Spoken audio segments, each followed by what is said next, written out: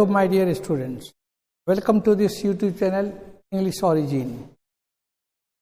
आज मैं modal verb के कंटिन्यूड क्लास में वुड और शुड के प्रयोग की जानकारी दूंगा।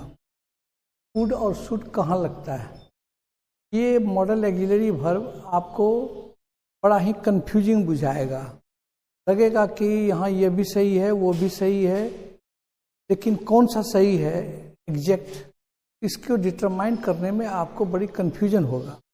तो चलिए, इसमें जितने सिचुएशंस और सर्कमस्टांस की बात मैं आज कर रहा हूँ, इससे आपके सारे डाउट्स क्लियर हो जाएंगे कि वुड किन किन परिस्थितियों में लगता है, शुड किन किन परिस्थितियों में लगता है।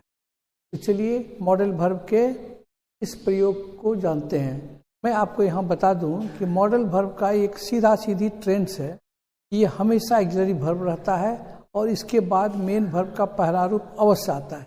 ये मैं पहले ही कह चुका हूँ, ये अब इसमें फिर मैं नहीं उसकी चर्चा करूँगा।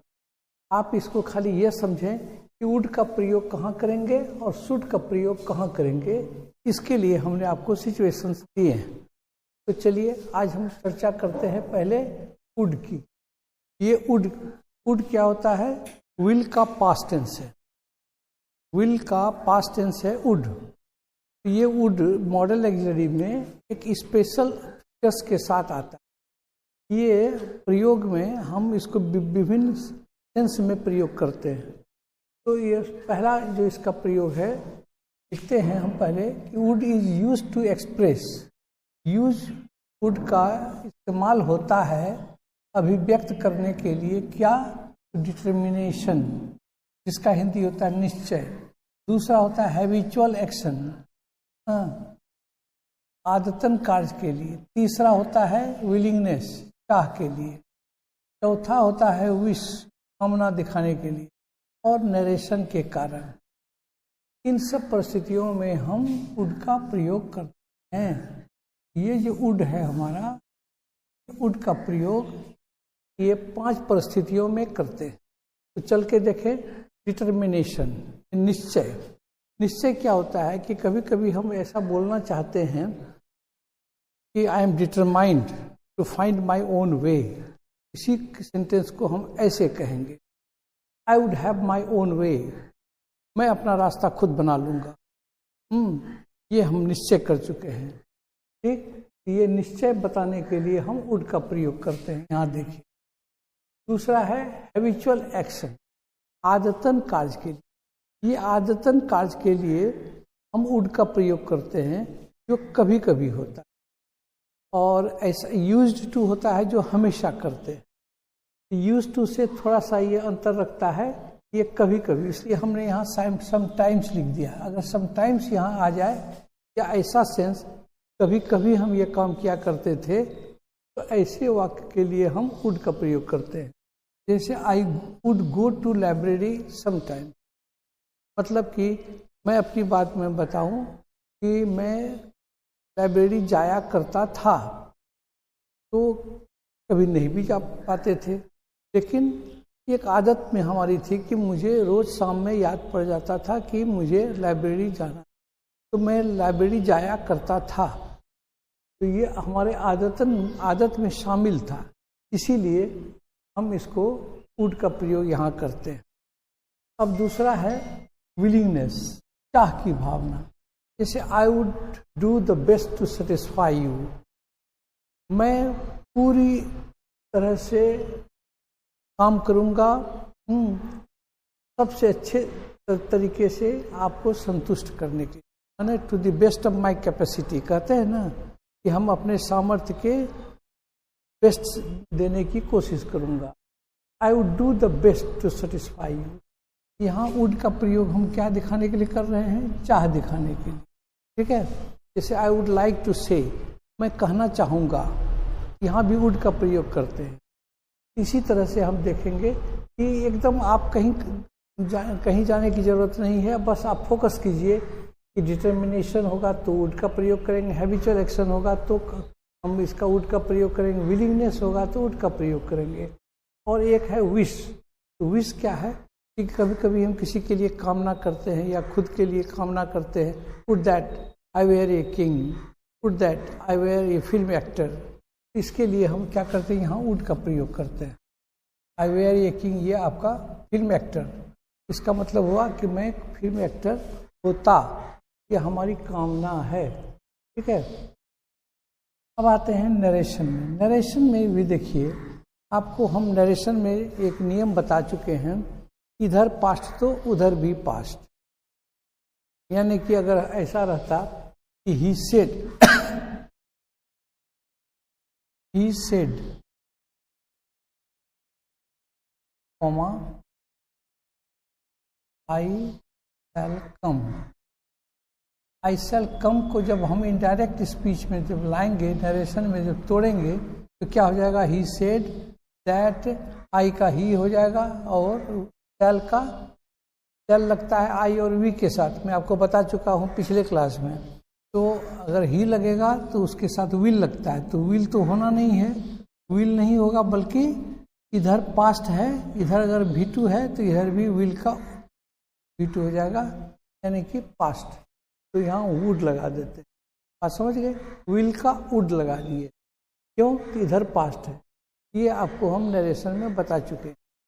और टाइम एंड टेंस में भी हमने इसकी चर्चा की थी कि अगर इधर पास्ट रहे तो उधर भी पास्ट कर देना।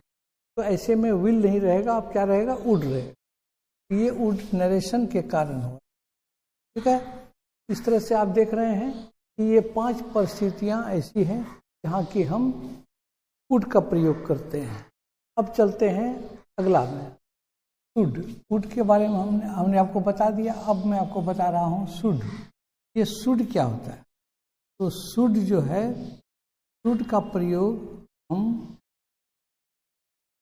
क्या व्यक्त करने के लिए करते हैं, तो ड्यूटी माने कर्तव्य।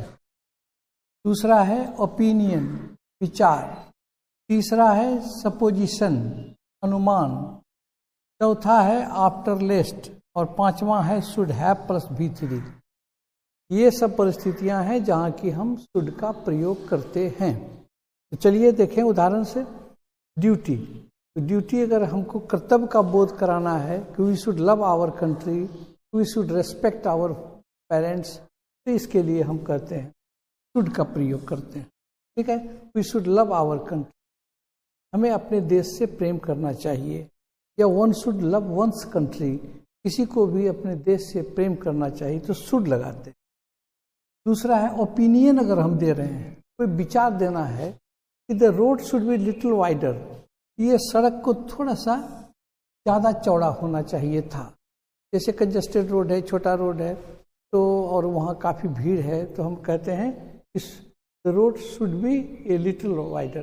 बी का सेंस है होना, तो होना चाहिए क्या, थोड़ा चौड़ा।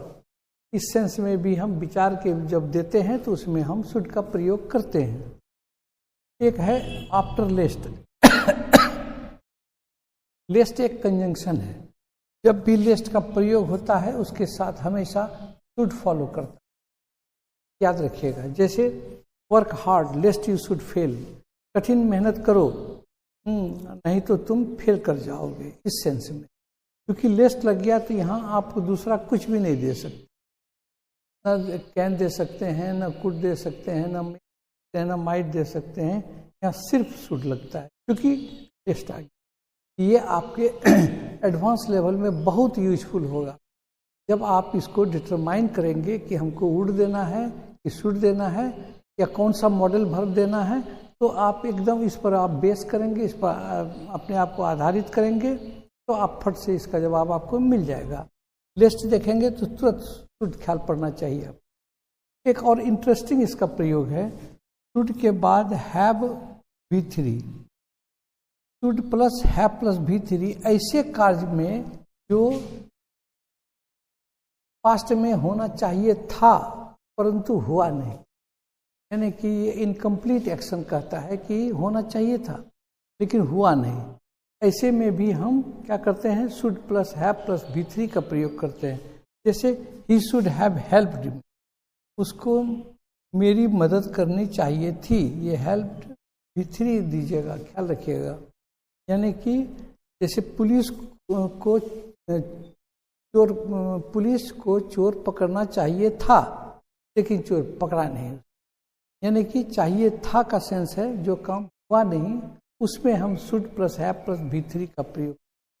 अब थोड़ी सी चर्चा मैं आपको यहाँ और बता दूं कि ये शुड और वुड, ये दोनों का जो प्रयोग हम करते हैं तो मॉडल वर्ब में कुछ चीज़ें जो है मॉडल वर्ब्स के अपने फीचर्स को फॉलो करते हैं।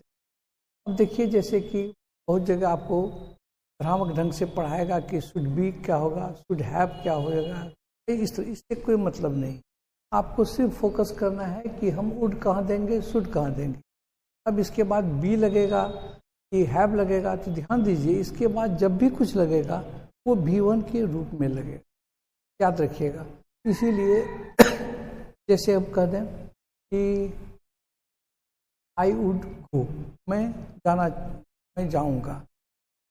अगर he said that I said him that I would गो, तो मैं जाऊंगा इस सेंस में अगर हम कह रहे हैं, वहाँ वुड क्यों दे दिए हम, वुड के बाद गो दे दिए, तो गो तो आपको V1 देना ही देना है, वुड के बाद V1 देना ही देना है।